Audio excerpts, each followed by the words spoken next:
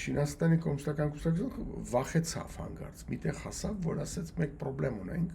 սրանք շատ են լպիրշացել այս նորածին միլիոներներն ու բիլիոներները չինական, Ամերիկայից հետո ամենաշատ միլիարդատերները ընդեղ են,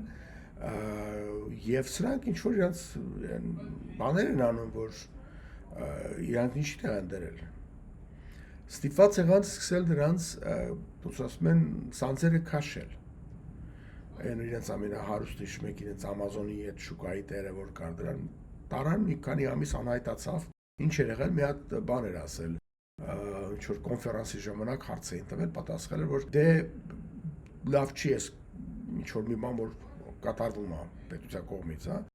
այս որ խառնվում է եւ այլն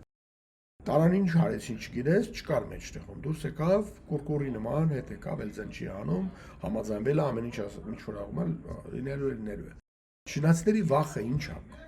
չինական կոմունիստական կուսակցության մասն եմ խոսում։ Այնա որ իրանք չընկնեն սովետական միության այն Գորբաչովյան տարիների վիճակի մեջ, որտեղ Գորբաչովը եկավ, իրանց տեսակետն եմ ասում, եւ շատ ուրիշների հետ էլ ասեմ ձեզ իդեպ։ Եկավ բերեց այդ գլասնեսը պիրեստրոյկան բերեց եւ դրա համար ամեն ինչ քանդվեց եւ